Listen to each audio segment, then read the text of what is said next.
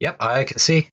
Excellent. And let's see, we have Couldn't Misfortune versus E. couldn't track down our Leona. Their opponent had not shown up yet, and I thought it was just good to get us in to something, get us started.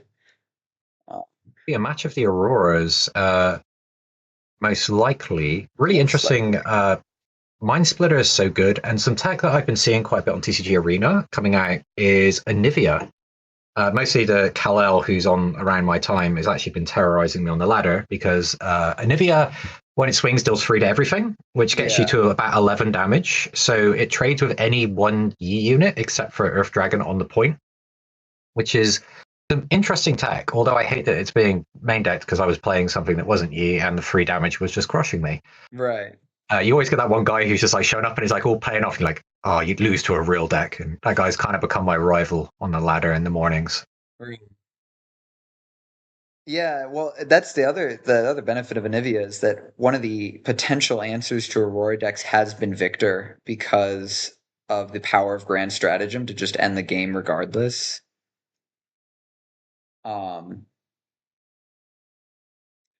Turn 1 mobilize. That's a pretty good spot to be in if you are a Master Yi player. So going up to 3 runes already. yeah, excellent spot to start with. But yeah, So we're going Anivia, 3, 5, 7, 9. yeah, but Anivia luckily just handles the victors as well for these Aurora decks that would normally struggle with it. Yeah, this is true because Victor has traditionally had a very strong matchup into this. And I'm seeing that is not a card I'm used to seeing in Misfortune. Tide The Turner, Tidebinder. yeah, Tide Turner, even. I haven't seen it much at all in any matchup. Um, a card that seems like it has a lot of potential power, but I just have not seen that hidden flip effect do as much as it seems like it could do ever. Yeah, it feels very magical Christmas Land, where it's like, I'm going to flip this up, bring the Yasuo up, and it's going to kill your guy. And then the ending credits are going to roll over the end of my life, and everything turned out exactly as I wanted it to. Right. Master Yi coming in quite early for Master Yi to take that point. We are playing on Aspirant's Climb and is it Vilemore's Nest? Trying to remember the exact Vilemore's name. lair. Vilemore's Lair, which is very strong for Master Yi because Master Yi has ganking, and obviously for Misfortune as well because the Legend ability gives ganking on it. So not going to hinder either player as much. Maybe more so Master Yi in this case. Yeah, definitely why Misfortune decides to play that one in game one is it's just one that doesn't give her much benefit in this matchup. So put that out there game one and then get a little more choice over what you have coming later. Yeah, I like playing battlefields that are awkward so you can get the knowledge of what you want to be doing in games 2 or 3. Right. And the battlefield strategy in this game is so deep. In terms of like your entire deck and side deck strategy is should be more based around what you're fighting over. Right. At least in my opinion. Obviously, we'll see how things shake up. Yeah, well, there's been a big uptick, of course, in Candlelit Sanctum for that very reason. Is just because it's always at least somewhat useful to you. Um, and you don't want to be playing a battlefield that directly benefits your opponent more. You don't want to fall into that trap. That's why I'm so shocked that so many non-Aurora decks are playing Obelisk. Is it Obelisk of Power? Trying to remember the exact name of the battlefield, where you give everyone a ramp, and it's like if you're not the Aurora player, do you really want that? Going to Yeah, be seeing Set Brawler coming down. that's new for Misfortune. I don't know. I mean, I Eric did say he was cooking something up, so this may not be Aurora. No, it can't be. There's no way that you'd want to get a Tide Turner off of Aurora. Right. But interesting that the Quan has been deployed when Master Yi does have access to that gank, and there's only 1 rune open. That could be representing bullet time, but are you really going to trade 6 runes into Master Yi's entire hand and stuff? You just have to let that go, right? Yeah, must just be using the Kiana as a draw. Um, Yeah, to cycle it through. 1 power for a draw and a point. it's not the worst thing to have. Yeah, well, you have to move pretty quickly, especially into ramp Yi. If you're not already in a strong position by the time Aurora comes down, it's very hard to get back into it. Yeah, Unless you've got gear removal or you've got your own Aurora. yeah. I will say I have a great love for Set Brawler in Misfortune because of the potential to ride the wind and be able to use all of those buff procs on the set from multiple battlefields in the same turn. Yeah, it's very strong. And just using your legend ability to get ganking to just run over and punch the other field Yeah, is really, really good. Set Brawler is an excellent card. Obviously, we normally see it in set as the chosen champion, but it's probably got more potential outside of that. Unfortunately, whenever we look at body, we're always looking at Aurora, and this is not something I'd want to get off of Aurora, but this is a really, really strong card, and I suspect we'll be seeing a lot of this as the game develops into the first couple of sets, just because it hits for 8, and then it gets a counter, and it can do it again next turn. yeah. And I remember when Gale was running Aurora Set, he was using Set Brawler as his chosen champion as just sort of a mid game control card to just push the opponent off of points and try to stabilize with Mistfall while he waits for Yeah, his that Aurora. yeah, that seems strong, honestly. Like set Aurora does seem to kind of fizzle out. Um, but it seems strong. You still have access to really great colors. In terms of the Aurora plays, you can get access to Hardened Dragon for removal. You could play Leoric, which we did see during the last regionals in China. Right. Although that was funny, Garen apps. The guy who lost that Garen deck playing Kai'Sa, his grandkids are going to tease him about that because it was just so brutal. Like, I felt bad for the guy. It was Yeah. a hammering. Yeah. That I mean, and you just get teased for it because you lost to Garen at a competitive event in the first place. Yeah, 2-0'd no less. And it's like, so Grandad, and the Garen triggered? Like, what? What is this universe? Yeah, yeah. Aurora Set also feels like it would be the Aurora deck that trumps all Aurora decks with the ability to save the units um and have access to those kill spells that are so powerful against Aurora from the yellow splash. Feels like Aurora Set would be able to beat all of these other Aurora decks that have gotten so prominent and I just be the agree. best one. You've got access to Vengeance, so that's very rune heavy if you are trying to ramp up, but Blast of Power is very relevant. It kills everything. It's not counterable by Defy.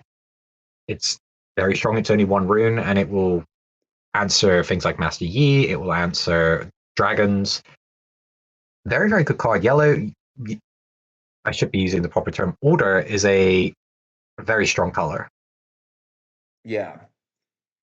Yeah, and it's very strong. I mean, we saw the Lux at one of the Chinese regional events that was it's very strong into Aurora because the kill spells just trade up into those units that get pulled off of Aurora.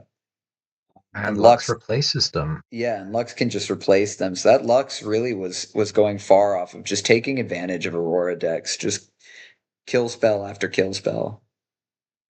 Yeah. And I'm wondering if we are going to see more of an increase in Lux players because of things like Leona popping up. And Lux is very much, I want to kill your valuable stuff. She's very much not a fan of, hey, here's my army of 1/1s. And it's like, I'm going to final spark that one recruit. Got that guy. Yeah. We are going to be seeing Eric going up to 4 points. The ganking ability coming in quite well for Set. Set able to come along and punch the Yi in the face. Yeah. I didn't see a trick. Yi should have been on 8-8 unless Set had a buff. Yeah, Set does. Set gets a buff afterwards. So I may He have missed something there. he used two buffs that turn because he buffed to go to the first field, conquered to get another buff, so he was up to 12, and then it And was the then first first mate. mate ready to yeah. Yeah, I see. I see. That's again, it's a part of the really cool things you can do with ganking on the Misfortune Legend. Yeah, it's Very just powerful ability. yeah, and then the weakness of Set Brawler shows right back up, which is that it doesn't hold very well after you've captured. It's very much a conquer and hope. Glass cannon. I mean, it obviously gets away with it in set because you just pull it back to base, but then you've got to find a way to get another buff onto it. So It's a little bit interesting, but it's a great card, especially if you do get access to things like Ride the Wind or just give it ready it and give it ganking. Yeah. We are going to see an Earth Dragon and a hidden card. Probably Yeah. Zonya's Hourglass, if I had to guess, which is a nightmare. It would have to be Zonya's. Like, you're not running Pakakub if you're running Aurora. Um, Exactly. I mean, there might be that one guy who thinks about it, and then that guy is told by their friends that friends don't let friends play Pakaka. yeah, friends do not let their friends pull Pakakub off of Aurora and sob in the middle of an event. Mm. Um, but yeah, the Zonias is just seems like a nightmare to deal with at this point. Mountain Drake is never going to leave the board.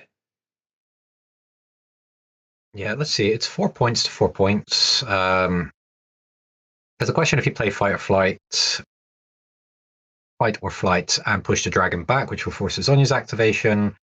Then there's the potential to take both points, ready the first mate, pull the first mate back, but then you are giving up the misfortune, going to 6. Not particularly strong. No, he's gonna have to make good use of something else in his hand here. Maybe if he's got another first mate, so he can pull them both back. Yeah. Taking the 5th point. So he's Yeah, not going to have a response on one rune. That one rune is probably being a defy being held up or potentially on guard. yeah. Um, on guard is Rebuke. No, it's a hidden card. income as well. Okay. Rebuke would have been excellent in Yeah, this rebuke would have been situation. fantastic in that But situation. but I don't Yeah. see anybody run Rebuke anymore. It is just so expensive, and into so many decks, it doesn't do anything. I mean, do you really want to return a Dread Balloon to your opponent's hand and give up free power? Like, that's so expensive. Yeah. And particularly, I think it fell out of favor when the more tempo-heavy Kaisa decks were out, and everything you rebuked was cheaper than Rebuke.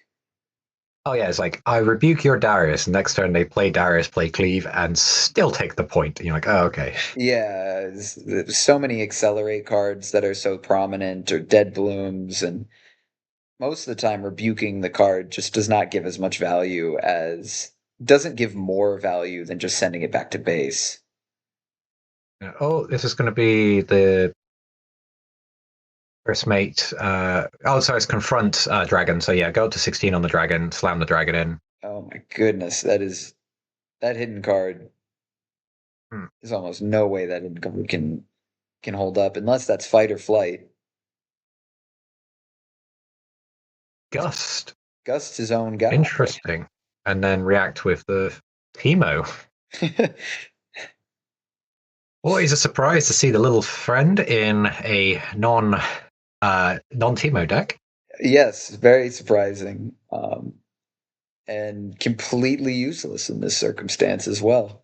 Yeah, Total 4 power. You waste. just say, "Hey, Teemo, can you hold that?" And the dragon just looks at this Yordle and is like, "Oh, It's not so well." not even a snack to the dragon, really. Just not even close. And still no Auroras this game. I mean, clearly Eric is not playing Aurora. He's got something else going on with this Misfortune deck, but Yi player winning without it, it seems. Yeah, just playing a Blue Eyes White Dragon usually gets the job done. In most cases.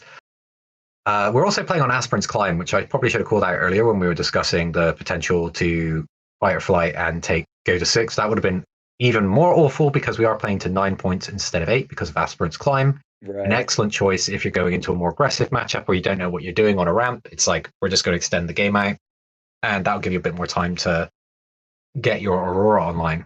Yeah, Aspirants is, in my opinion, one of the strongest battlefields the game has, if not the strongest.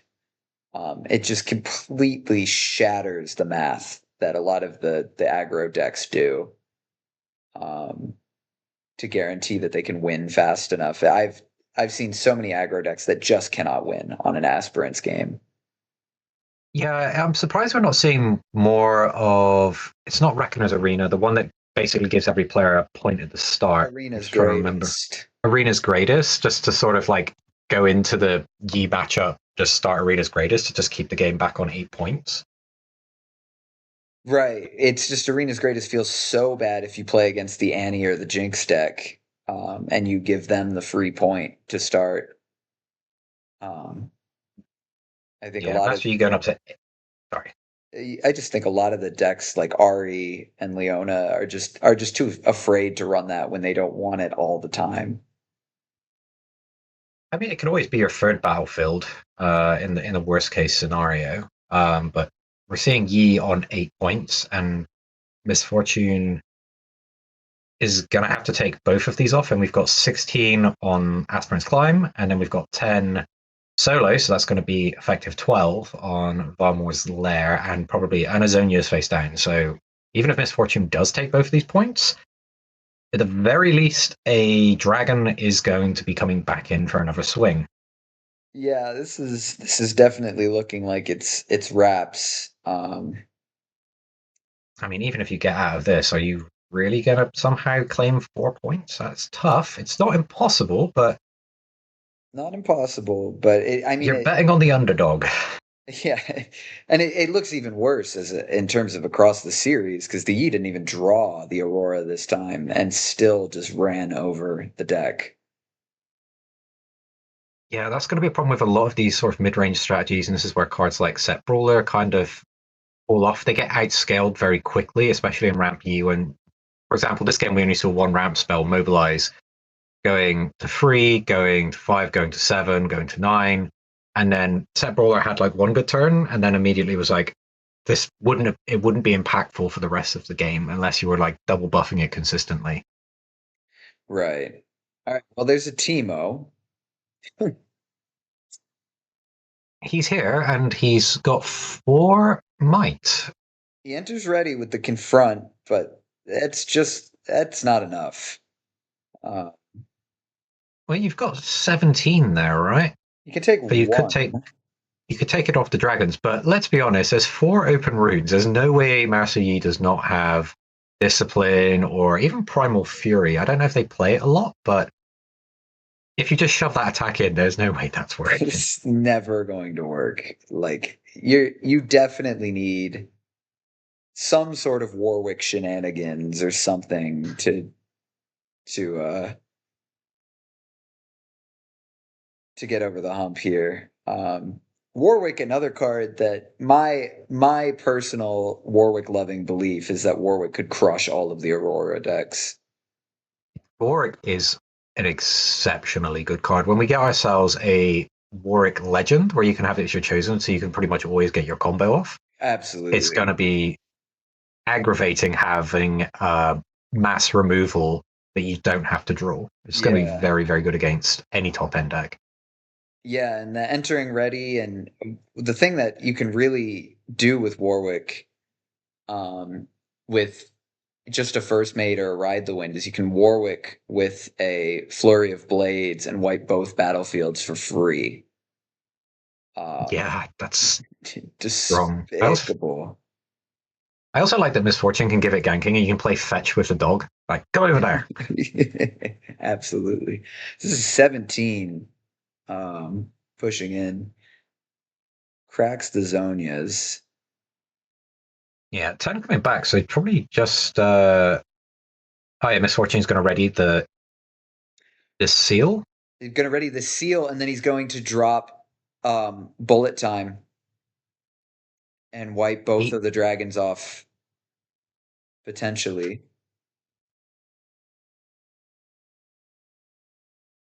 yeah, interestingly, we're not seeing the Dread Boom being taken out. We're gonna take the more relevant effect from Misfortune. Yeah. And that gets And then we're defied, gonna see and the Defied, game yeah, over, and the game is 100%. over. I mean, I love Eric for saying, like, this is my last stand, fire the cannons. I'm going to give up all my runes and I'm going to kill 2 dragons. And, It oh, was I honestly was hoping it would go off because it would be such an amazing moment if he somehow pulls that game back with it. yeah, bullet time is not Exodia. It's close, but not quite in that game. No, no. Last week we had the most incredible cannon barrage of all time that completely flipped a matchup on a victor. Oh god, if you're a victor, you run into that because it's something that you just don't see often enough that you are mentally Yeah, checking it off in your list of what the possible responses are. right. And it was an Aurora Yi that was running it in sideboard specifically for that matchup. Yeah, that's pretty good. That'll do it. Yeah, it just Hey, absolutely. you could play in your set Aurora deck, Cannon Barrage and Imperial Decree, Ooh, yeah, that as well. and just nuke Well, 50 points off of 1 point. then you don't even want Cannon Barrage there. You want Flurry of Blades because it hits both battlefields. Yeah, yeah. You can also. Oh god, yeah, that would be really strong. You also got access to Anivia as well with Imperial Decree. Right. So Anivia attacks and just scrubs the field, takes the point. So you pay 7, score at least 1 point. Yeah, And Flurry of Imperial. Blades, as you said, is probably score 2. Yeah, you can absolutely. That's just a better version of unchecked power for cheaper. That's six. It's two cards, but it's six and two instead of 7 and 2. And you get to hold your units up, so you do get to score 2 points. You're paying 6 and scoring 2 points. As the game progresses, the cost of a point in terms of energy goes up. Yeah, Uh, Being able to take 2 points is game winning, yeah, especially off of a flurry of blades into Imperial Decree into a flurry of blades. yeah. Imperial Decree, a card that was not getting enough attention for too long. I was playing it on Pixelborn in my Victor deck, and I was having a great time with it. And then I had a lot of people rage quit when they read it. And it's just like, okay, yeah, I'm going to run a 1-1 in. It's going to kill your guy. Going to run a 1-1 in. I'm going to keep sending these guys in until I take both points and win. Yeah, yeah. And the ability of Lux to get the draw off of it and then run it with Recruit the Vanguard, the 6 energy uh play 4 recruits um is and which is also a draw for Lux. It really makes Lux a lot more viable. Yeah, it gives Lux the ability to make action on both sides. And you can also drop it onto a point just to add 4 power out of nowhere. And if you are playing Trifarian War Camp, that's effectively dropping 8 power onto a Yeah. battlefield. Run it in We're going to be seeing Garen. game 2. Yeah, Garen.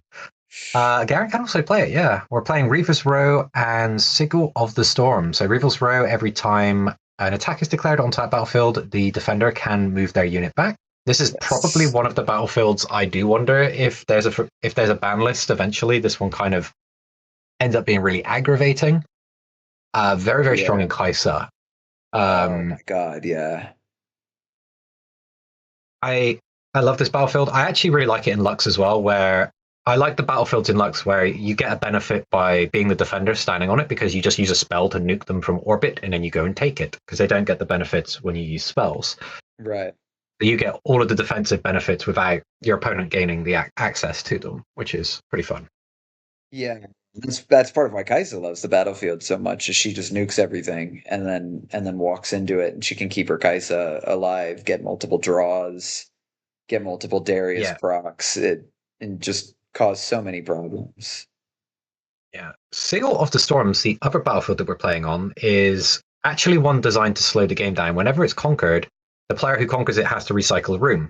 So you can't tap a seal, for example, to then pay power. You actually have to get rid of one of your seals. So it massively slows you down, which is where Master Yi, that's ramping, wants to be. They're ideally not taking a lot of points in the early game, and as the aggressor, you are on a clock against Master Yi. If you are not pushing out, you are going to get run over by Aurora. Right. So slowing your opponent down. So we see like the rune advantage here. It's going to 5 versus Master Yi's 7. No, 8 even. So we're going to see potentially Aurora, but all the big things. Right. Misfortune's in that position now where the question is, do you withdraw from both battlefields to stop a Dreadbloom coming down? Because you're probably not holding both of these fields beyond this turn. I think you just have to commit here. I think you have to commit to it. I mean, Because you get to 6 points, right? If you retreat, Master Yi either plays the Aurora, and then whatever they play goes to base, or they bring the Master Yi in, and right, but then if they don't bring the Yi in, you just shove those. You've got 6. with the issues we've seen the confront already, and so it could be a confront play and then they set up on a battlefield, so you only go to 5. Um, and here with the Dead Bloom, you can re-push over the Dead Bloom with set. That is true, having the set up, but that's kind of like I think it's a bit ambitious to expect both of these things to live. Oh, here's a charm Ooh, anyway. that is a disastrous. Yeah, oh, that's painful. Really, really bad. And Master Yi will have enough runes to play their chosen champion next turn if they need to. It's a very strong position for Master Yi. Yeah, it's and I don't know what Misfortune has to be able to fight back against this.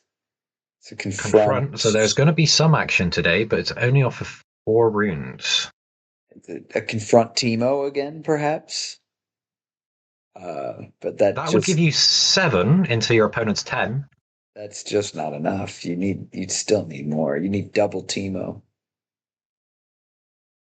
And It then could and then happen. there's still a rune up for on guard even then. So that Dead Bloom is almost certainly going to be a 12 when the push comes. Yeah, it's going to be very difficult to stop with that. And even if you have Fight or Fright, Dead Bloom has Deflect, which means if you target it, you have to get rid of one of your runes. Essentially, recycle a rune as part of the cost, and it makes some of the better spells really, really painful to play. One Yeah, of the key strategy things in this game is when you spend your power, and when you commit to spending power is such a huge deal because it slows you down, and your cards that have power costs are generally overstated or better than cards without it. So are you spending your power early to take control of the early game? Are you spending it late to play late game threats? Or are you trying to control the mid game? You can't afford to spend power at all stages of the game. You will just not be able to keep up. So right. having deflect costs is kind of a big deal.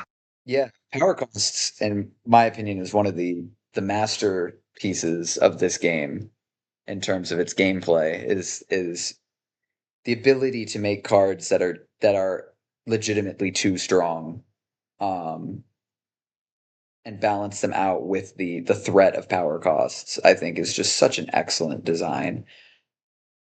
Yeah, it adds a lot and it puts a big strategic decision in your deck building. I think we've seen from a lot of people early deck building, they were just taking all the cards that had power costs because they were effectively the better cards. You just read them as like, well, I get more stats, I get more stuff. Here, Defy, for example. Right. And you just end up then sort of getting stuck in the early or mid game, and then you're not playing bigger things because you're constantly spending power. You're getting 2 runes per turn, but if you are trading 2 runes a turn, you are not getting any further ahead. And then when I think deck building has improved significantly, and now people are being a lot more choosy with when they spend their power. At least we're going to see more of that, I believe, as tournaments progress.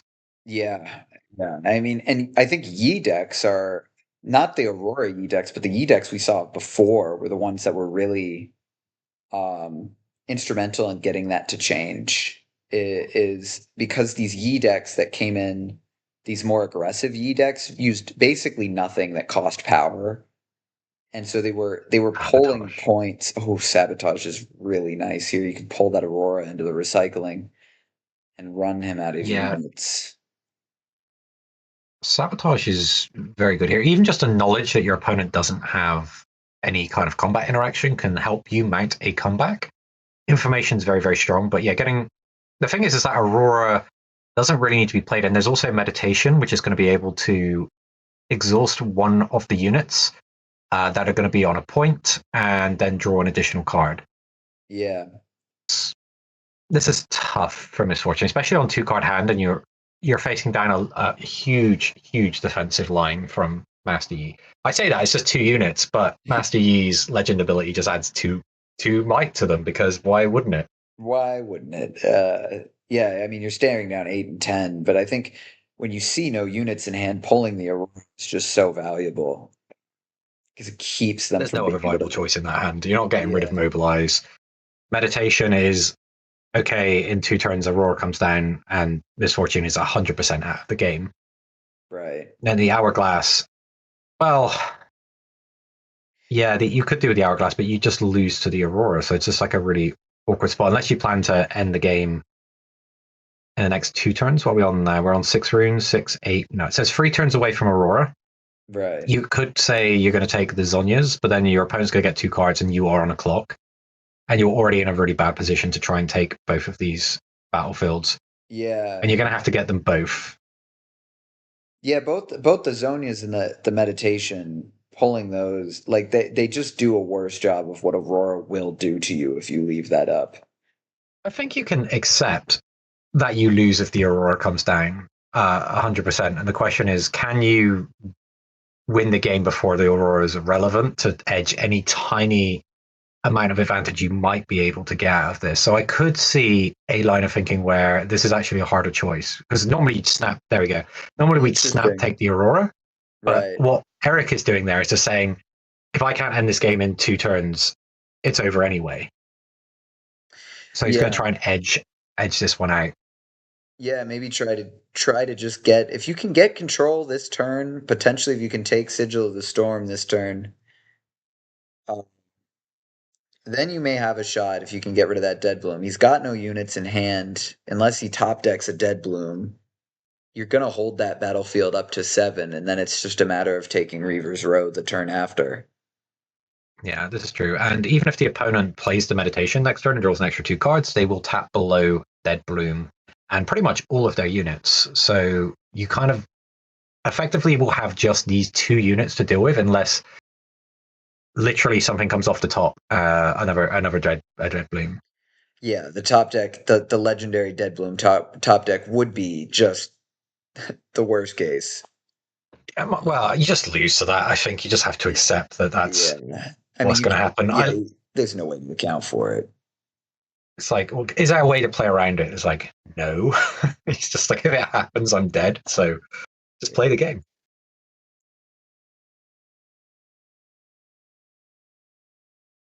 That's the climbing the 5 points.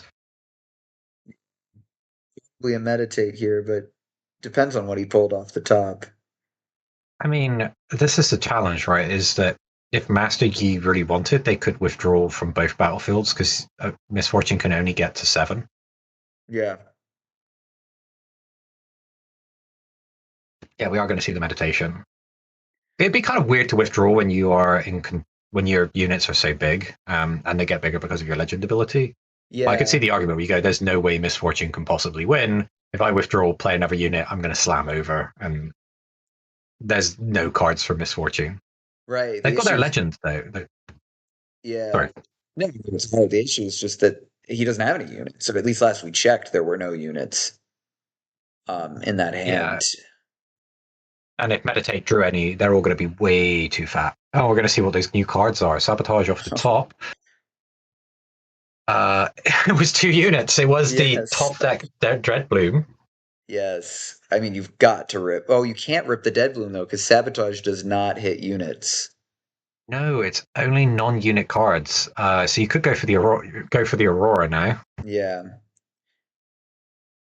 It gets recycled, not discarded. So Doughynut would need to put that to the bottom of their deck. Yes, this is a mistake that we see basically weekly in this tournament, is people forgetting that Sabotage does not actually discard the card; it just recycles it. Sabotage is not Falsies.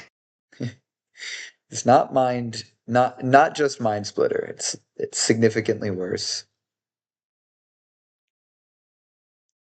But now it's MF, very expensive. MF with 1 card left. This has got to be the best card of all time. Though you do have the chosen champion here to you could accelerate your MF, make a play with ganking in the set. Yeah, I'm just. So what you could have here is you could go up to 7 points if you've got Bullet Time and Misfortune, right? Because you can Bullet Time the Yi off, pump the set, move the set in. Misfortune moves to Reaver's Row, untaps the set. You use your legend to give set ganking. Set's ready. Set pumps again, slams over the Dreadbloom, go to 7, attempt to hold. But we know there's a Dreadbloom in Master Yi's hand. But if Master Yi taps out for that, you will then clock up to 8 points. So that is a line that would win the game if that card is exactly bullet time. You're going to sack all your runes off, and you're all in on that plan. Yeah. Unfortunately, I assume that if that card was exactly bullet time, we would have seen it already. It looks like it's a 5 or maybe another set, which is not going to be good enough if that's what it is. Yeah, I'm thinking of anything on 4 that would matter, and it's unless we're seeing the misfortune being deployed. Yeah. Could be a primal strength, which would Primal make a strength big would be good. difference. Yeah.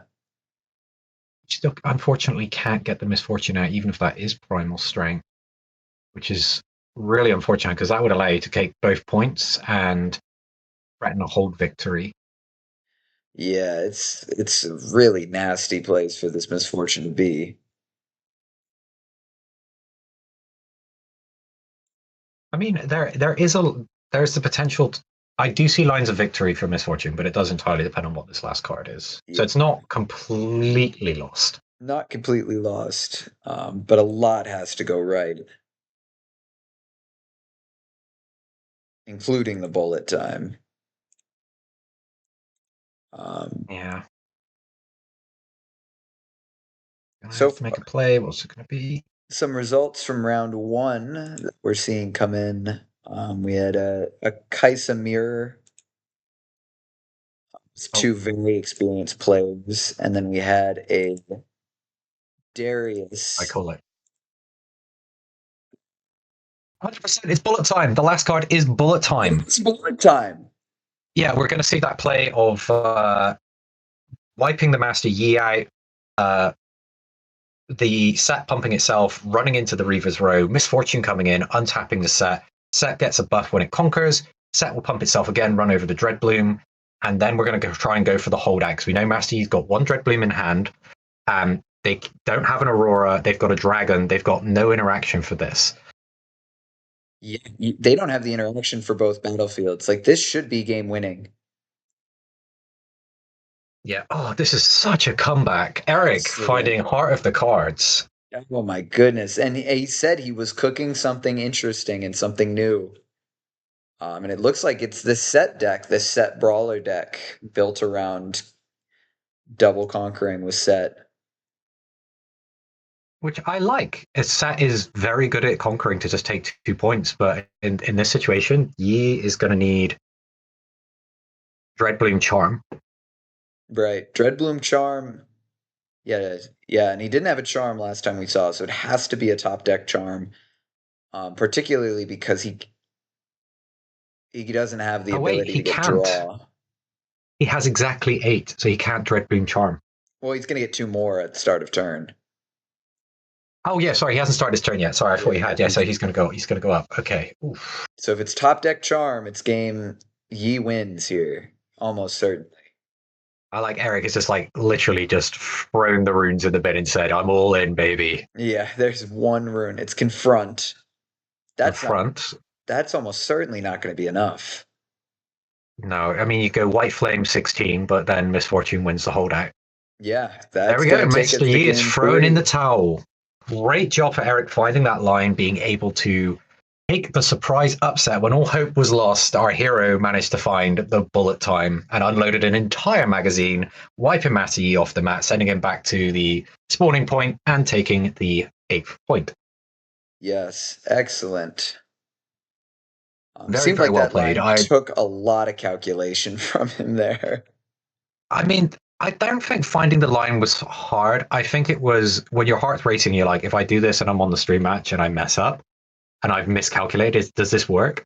Because your entire Right. plan is living on a prayer, hoping for the best. Because like, is there any way I can actually win the game? And it's like, no, I'm hoping that Master Yi can't take it back from me once I get here. I'm hoping for the best, which was 100% the correct play, and that was excellent.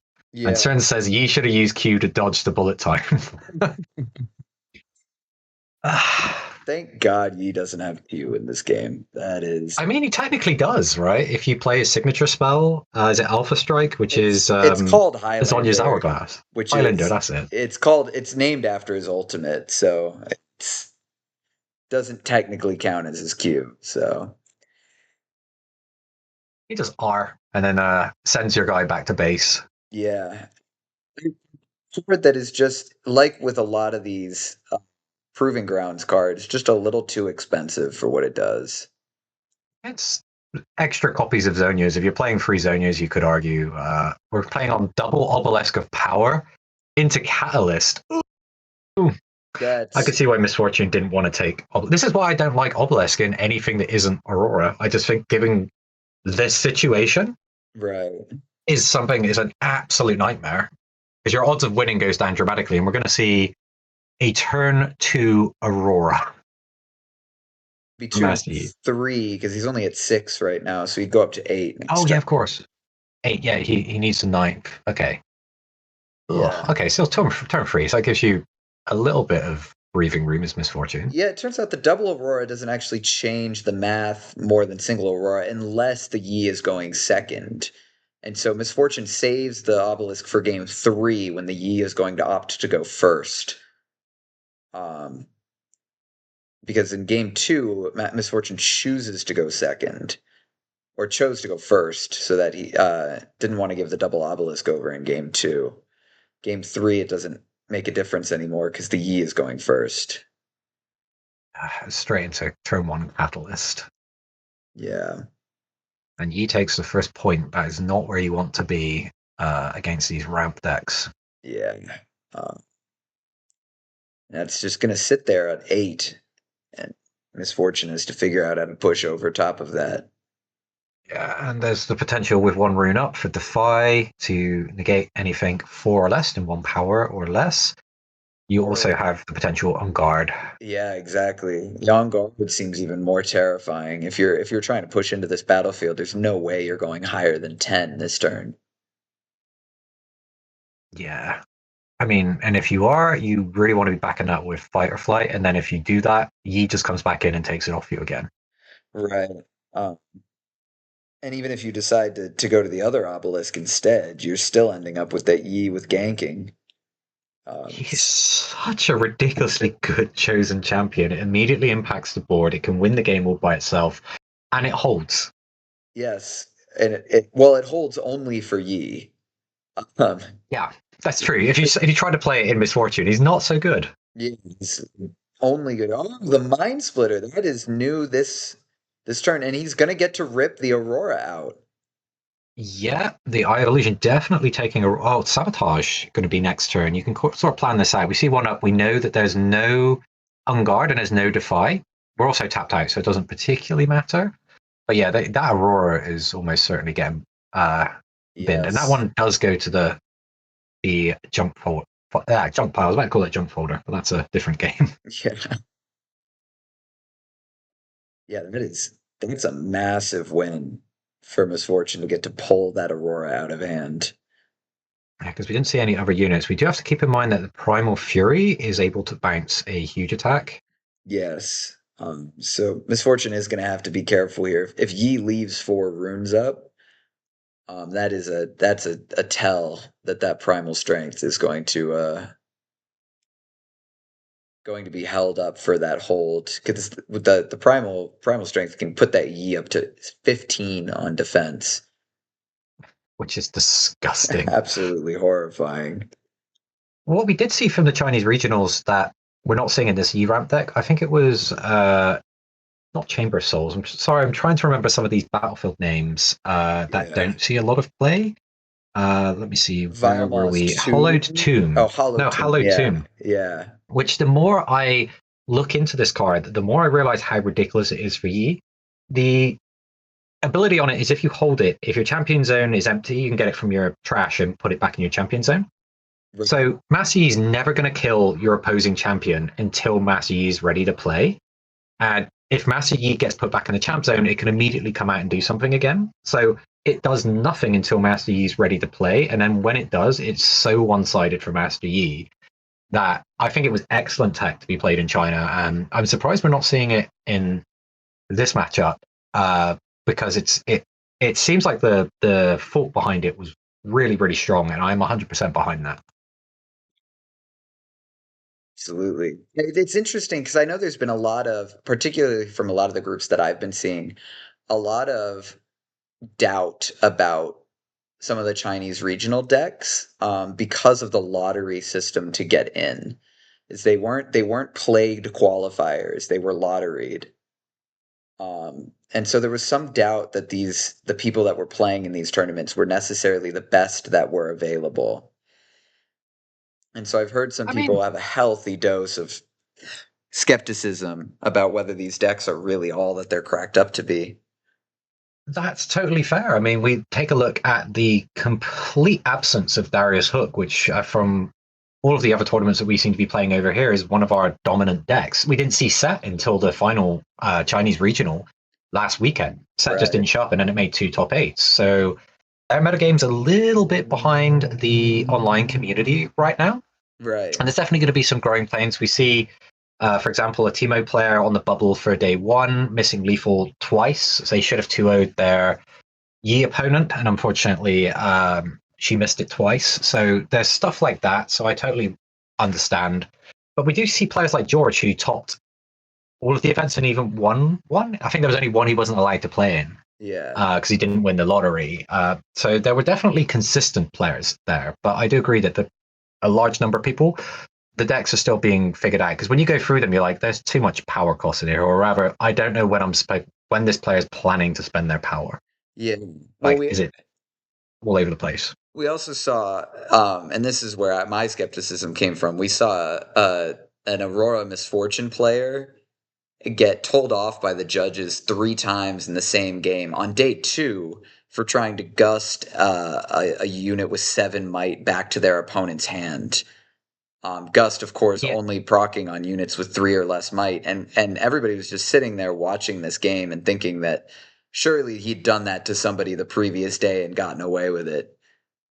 That's always the problem when you see a misplay in day 2 like that. You're like, you've been reading your card wrong.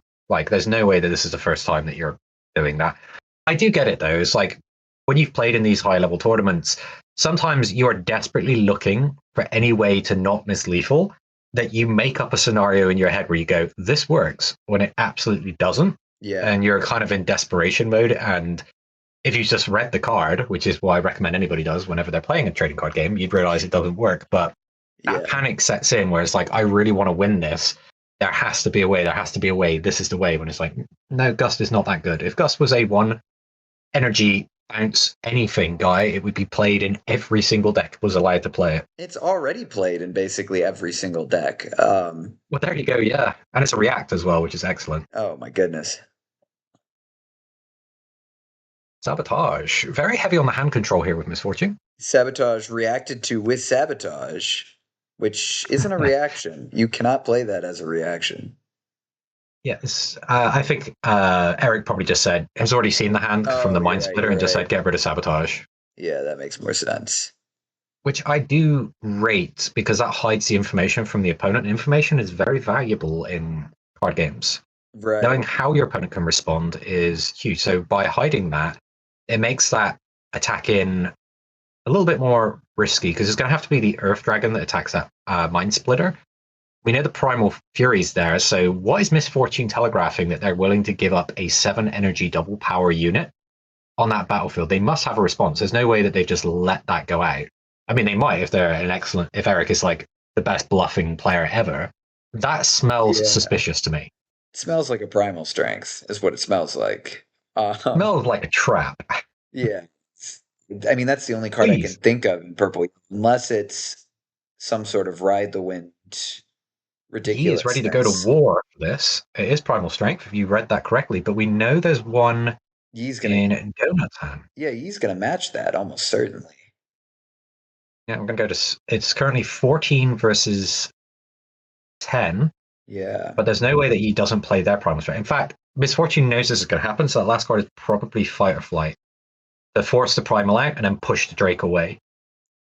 Yeah, that would be a good... Would be my guess. That would be a good play here. Or he just forgot. There's no way he forgot. No way. You've got to have something planned for this.